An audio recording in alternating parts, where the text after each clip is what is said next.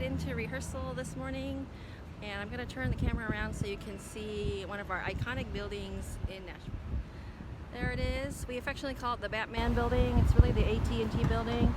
And there's the stage door for the Schermerhorn Symphony Center. Let's go take a look inside. Hi, I'm Clare Yang, and I've been a member of the viola section since 1995. I joined after finishing both degrees from Indiana University and have been here ever since. In 2006, we got this beautiful hall called the Schermerhorn Symphony Center. It's named after our former conductor, Kenneth Schermerhorn, and it transformed the job. And we're just so lucky to have this beautiful looking and sounding space to come play in every time we come to work. So I'm just going to show you a little bit about the day in the life of a violist in Nashville, and I hope you enjoy the journey. So I'm here on stage getting ready for rehearsal today. This is the view from my chair. We're still distanced on stage, so we're a little bit more spread out. There's our beautiful hall. And yeah, see you after rehearsal. So I'm here having a little lunch in our outdoor courtyard. I don't think I've flipped the camera around while I'm filming, so I'll just show you a little view of, there's a downtown, there's a country music hall of fame and museum on one corner, the ice hockey arena, and then Hilton Hotel on the other quad. And we're just the building on this. See how beautiful our courtyard is. Well, I actually started out on violin, but since I'm a middle child in my family, the viola just seemed like a natural fit for me, and I really just love the community that we have through the ABS and online through Instagram. I've met so many cool viola friends, including, I'm going to plug my earrings. I don't know if I can get a close-up here of my Alto Clef earrings. These are made by Lisa Divig of Alto Clef Gifts. If you haven't heard of her, check out altoclefgifts.com. Whatever you can think of that you want an Alto Clef on, she has made it. Christmas sweaters, t-shirts, mugs, blankets, tote bags, you name it, she's made it. Oh, cookie cutters. So, you know, of course I love the deep, rich contralto sound of viola, and I know it's controversial, but I also love viola jokes. What's the difference between a viola and an onion? Leave your answer in the comments below.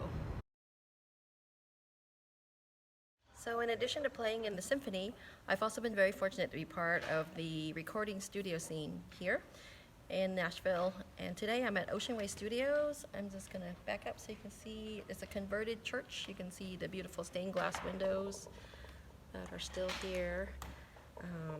So over the years, I've recorded all kinds of tracks, including backing up country music singers, gospel, church music, movie soundtracks, video games. It's quite a wide variety.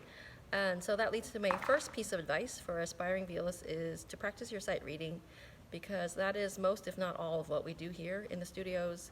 We don't get the music ahead of time. We just show up and try to play perfectly what's on our music stand. So sight reading is very important. So I'm going to continue my advice for aspiring violists out here in the hallway.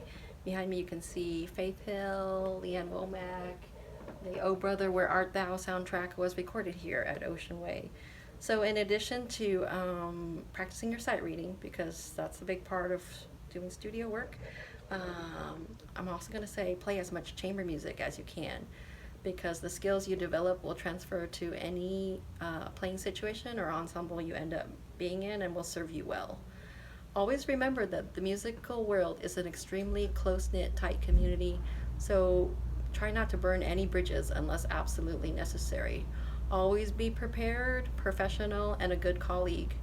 While it is very competitive to win an orchestra job, if you want to go that path of auditioning and trying to win, hopefully once you win one, then it's important to be a team player and to collaborate with not only your own section, but with all the other musicians in the orchestra. Playing in orchestra is tough, and there will be many times when you'll feel stretched to your limits or under the gun for whatever reason, and you need to know that your colleagues support you. And that is one thing I love about our section, and especially our fearless leader, Dan Ranker. I know that no matter what, he supports all of us and has our backs. As far as Viola Landmarks, I have been to the Viola Archives in Provo, Utah, when I was out there taking an audition for the Utah Symphony almost 20 years ago. But today I thought I'd come and explore the town of Viola, Tennessee, where almost everything in the town has the word viola in it. They even have their own 5K every May. And here you see behind me the Viola Town Hall, and we're going to just explore around and see what else there is in this town of Viola, Tennessee. So I'm taking a little walk down. Here's the Viola Post Office, or Viola Post Office. There's a pizza place that I thought was going to be open, but is not. Here's the First National Bank, Viola branch, and there's the Viola Church of Christ.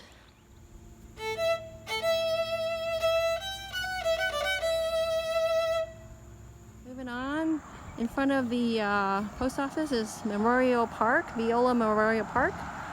Appropriately, there's a bunch of skeletons sitting on park benches, and we're back to Town Hall. Can you say the name of this town? Viola. Viola, Tennessee. Have you ever heard of the Nashville Symphony? Yes. And have you ever heard of the viola? Yes. And you think my case looks like your tennis racket cover? Yeah, I thought you had a tennis racket. If you had to describe a viola, how would you describe it? I don't know. Big violin? Yeah, kind of. Kinda? Yeah. In between a fiddle and a cello? It's been a while since I've seen one. You want to see one? Yep. When I do like the deep tone to the viola, and I bought a 15-inch. Oh, mine's 16 and a quarter. But I believe I'd have been all right if I'd have just bought a little 13-inch one or something. I believe it still sounded just as good, you know.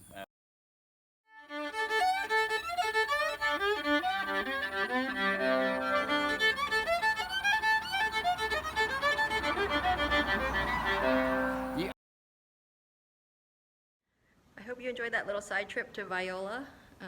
I'm back here at the Symphony Hall in the third floor balcony, and I'm standing in front of the case where our Grammys are kept. We won our first one after we opened the hall.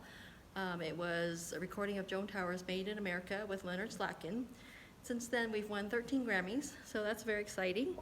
And then over here on the walls, there's pictures of all the musicians in the orchestra. There I am in the corner. I remember in college, we would rehearse the same program for the whole semester, and that would be a very glacial pace for what we do nowadays. Basically, we get our music 2 weeks in advance from the library. For classicals, we'll start rehearsing 2 days before whenever our first show is that week.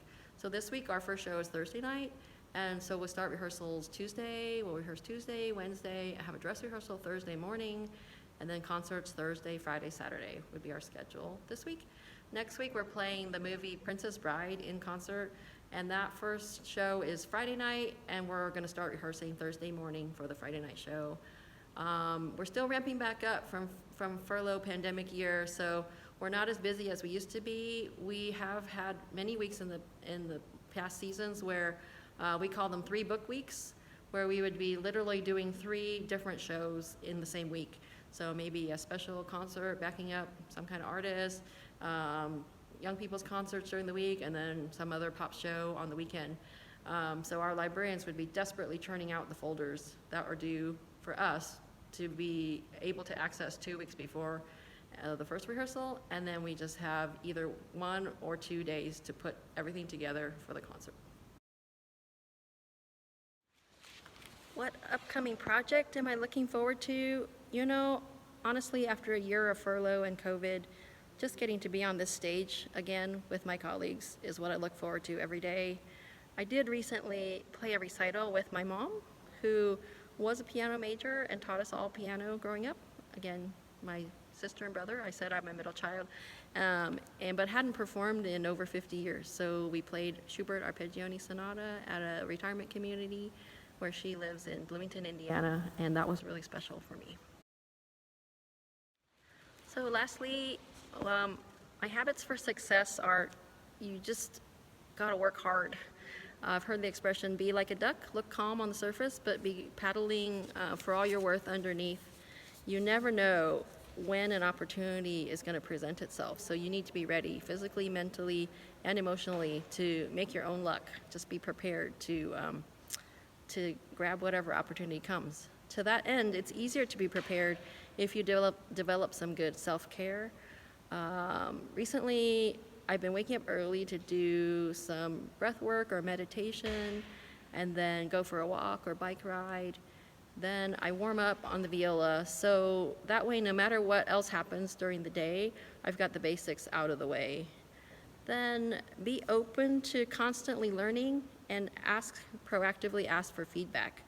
And then don't give up. Failure is just a step along the way. I know that sometimes the way forward will be murky and unclear, but if you follow your heart, you can't go wrong. I hope you've enjoyed coming along with me on a day in the life of a Nashville Symphony violist. I wanted to show you one more thing about the hall, and that is the view behind the orchestra. We have these permanent seats that the choir sits in when they sing with us, and when there's no choir, the audience can also sit in those seats and watch the concert from behind the orchestra. A lot of people say they like it because they can watch the maestro's facial expressions as he conducts. We also have this wonderful pipe organ that was just featured on this weekend's concerts. So thank you again for coming along with me. Look for some more great content next week from one of my colleagues. And if you have any questions or comments, in the meantime, feel free to leave them in the comments below. We'll see you next Friday.